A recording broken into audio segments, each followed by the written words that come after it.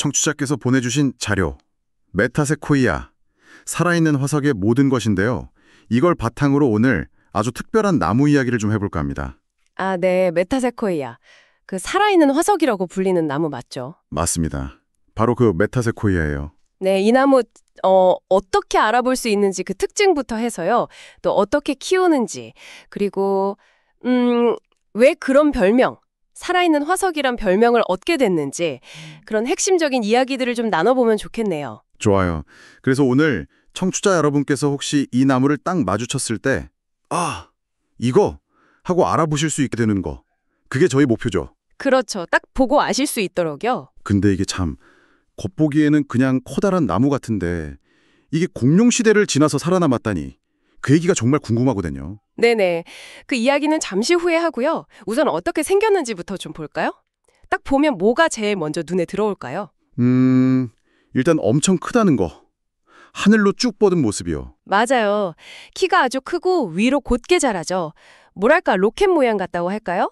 근데 더 확실한 건 잎을 보면 알 수 있어요. 잎이요? 침이 없으면 보통 뾰족할 텐데 메타세코이아는 좀 다른가요? 그게 아주 중요한 포인트입니다.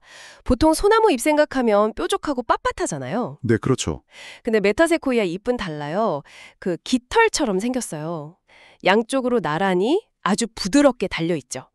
만져보면 느낌도 폭신하고요. 아, 깃털 모양이요. 신기하네요. 그리고 더 결정적인 특징이 있는데요. 가을이 되면 이 잎들이 전부 붉은 갈색으로 물들어요. 그러고는 다 떨어집니다. 네. 침엽수인데 잎이 떨어진다고요? 네, 그래서 낙엽성 침엽수라고 불러요. 이게 아주 특별한 점이죠. 겨울에는 그래서 가지만 앙상하게 남아요. 아하. 그럼 겨울에 잎 없는 큰 나무인데 가지 모양이 침엽수 같으면 메타세코이아일 수 있겠군요. 근데 혹시 낙엽송이랑 헷갈리지는 않을까요? 그것도 잎이 떨어지잖아요. 오, 좋은 질문이에요. 낙엽송도 가을에 잎이 떨어지죠. 근데 구별할 수 있어요. 메타세코이아의 잎이 훨씬 더 촘촘하고 그 깃털 모양이 더 뚜렷해요. 더 부드럽고요. 잎 모양을 잘 봐야겠네요. 네. 그리고 나무 껍질도 도움이 돼요. 붉은 갈색인데 세로로 길게 갈라져 있거든요. 근데 만져보면 의외로 좀 부드러운 느낌이에요. 거칠지 않아요. 아, 껍질 질감도 다르군요. 열매는 어떤가요? 열매는 아주 작아요. 한 2-3cm? 동글동글한 공 모양인데 가지 끝에 달려 있어요. 가을에 갈색으로 있고요. 그렇군요. 잎, 껍질, 열매 이 정도면 구별할 수 있겠어요. 아, 근데 이렇게 멋진 나무면 직접 키워보고 싶을 수도 있겠는데요? 번식은 어떻게 하죠? 번식이요? 2가지 방법이 주로 쓰이는데요. 씨앗으로 하거나 아니면 가지를 잘라서 심는 거죠. 씨앗은 어떻게 해요? 가을에 열매 주워서 바로 뿌리면 되나요? 아니요, 그건 아니고요. 가을에 갈색 열매를 따서 말려요. 그러면 씨앗이 나오는데 이걸 바로 뿌리면 싹이 잘 안 터요. 아, 왜죠? 얘네가 겨울잠을 자는 상태? 그러니까 쉬면 상태거든요. 그래서 이걸 깨워줘야 해요. 보통은 씨앗을 좀 축축하게 해서 냉장고에 몇 달 넣어두었다가 그 다음 해 봄, 한 3-4월쯤 뿌리는 거죠. 아, 좀 과정이 있네요. 시간이 걸리겠어요. 그럼 가지로 하는 건 더 쉬운가요? 네, 그럴 수도 있죠. 꺾꽂이 또는 삽목이라고 부르는데요. 봄이나 아니면 비 많이 오는 장마철에요. 그 해에 새로 난 가지 있잖아요. 그걸 한 10에서 15cm 정도로 잘라요. 아래쪽 잎은 좀 떼어내고 깨끗한 흙에 푹 꽂아두는 거예요. 오, 그러면 뿌리가 나오나요? 네, 한 2-3달 정도 걸리긴 하는데 뿌리가 내려요. 이 방법의 장점은 어미나무랑 똑같은 나무를 얻을 수 있다는 거죠. 유전적으로요. 오, 집에서도 한번 해볼 만 하겠는데요? 잘 자라려면 혹시 특별히 신경 써야 할 게 있을까요?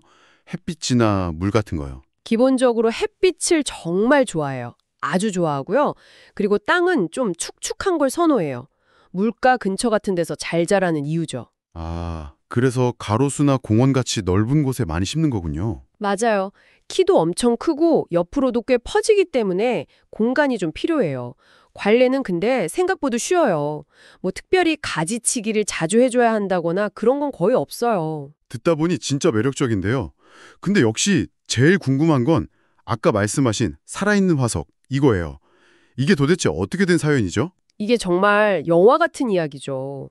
원래 메타세코이아는요, 한 6,500만 년 전, 그러니까 공룡들이 막 돌아다니던 시대 있잖아요. 네, 백악기. 네, 그때는 꽤 흔했던 나무로 알려져 있었어요. 그런데 그 이후로는 화석으로만 발견된 거예요. 그래서 당연히 멸종됐다 이렇게 생각했죠. 멸종된 줄로만 알았다. 그런데요? 그런데 1941년에 일본의 미키 시게루라는 박사님이 화석을 연구해서 메타세코이아라고 이름을 붙였어요. 여기까지는 그냥 화석식물 연구였죠. 네. 근데 진짜 놀라운 일이 벌어져요. 불과 3년 뒤인 1944년에 중국의 왕전이라는 학자가 있었는데 이분이 스촨성, 아주 깊은 산골짜기에서요. 네, 설마. 네, 살아있는 메타세코이아 나무를 발견한 겁니다. 와, 세상에. 정말요? 멸종된 줄 알았던 나무를요? 그렇다니까요. 당시 식물학계가 정말 발칵 뒤집혔죠. 이건 그냥 희귀식물 발견 수준이 아니잖아요. 그렇죠. 수천만 년 전에 사라졌다고 미뤘던 생명체가 눈앞에 나타난 거니까요. 와. 네. 뭐랄까 시간에 거슬러 올라간 타임캡슐을 찾은 거나 마찬가지였죠. 정말 대단한 발견이었어요. 그 이후에 그 씨앗이 전 세계로 퍼져나가게 된 거고요. 지금 우리가 보는 메타세코이아 길이나 숲들이 다 그렇게 시작된 거예요. 이야, 진짜 살아있는 역사래요. 듣고 보니 더 대단하게 느껴져요. 우리나라에도 멋진 메타세코이아 길 많잖아요. 그럼요. 가장 유명한 곳은 역시 담양 메타세코이아 가로수길이죠. 아, 맞아요. 거기 정말 예쁘죠? 사계절 다 멋있지만 특히 가을에 붉게 물들 때 정말 장관이에요. 그리고 춘천 남이섬 길도 유명하고요. 겨울 양가 때문에 더 알려졌죠. 네, 맞아요. 또 대전 장태산 자연휴양림 가시면 아주 울창한 메타세코이아 숲을 만날 수 있어요. 스카이타워에서 내려다보는 풍경도 멋지고요. 네, 오늘 이렇게 청취자께서 보내주신 자료 덕분에 메타세코이아에 대해 깊이 알아봤습니다. 하늘 높이 솟은 니십, 깃털 같은 부드러운 잎, 또 가을이면 잎을 떨구는 독특한 침엽수라는 점, 정말 매력적인 나무예요. 그렇죠.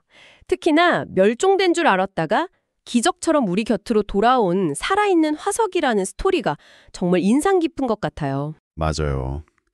이제 청취자 여러분께서도 길을 걷다가 혹은 공원에서 곧게 뻗은 키에 부드러운 잎을 가진 나무를 보시면 혹시 메타세코이아 아닐까? 하고 유심히 보게 되실 것 같아요.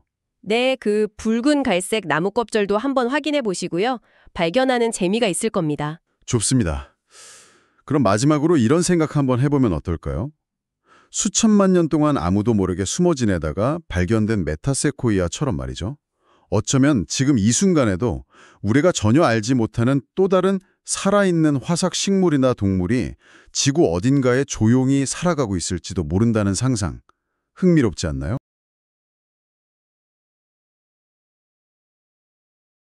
메타세코이아 나무 설명 잘 들어보셨나요?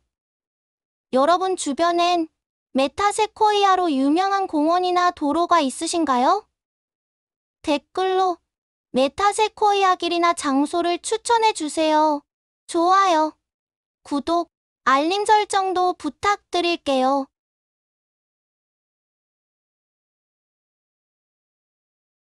AI 도움을 받아 만들어진 노래 한 곡 올려드릴게요. 노래 들어보시고 의견 남겨주세요.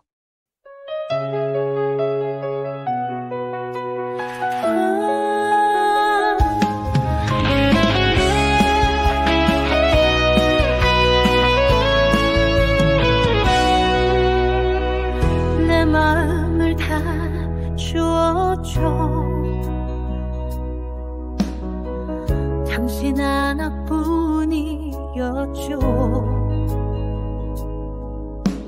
눈물 삼킨 그 밤에도 웃으며 보내야 했죠.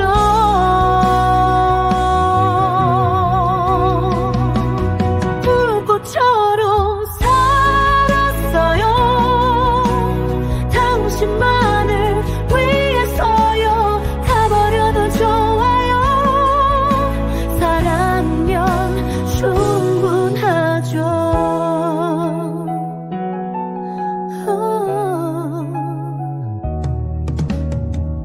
다시 오지 않을 걸 알면서 기다리는 내 모습 미련이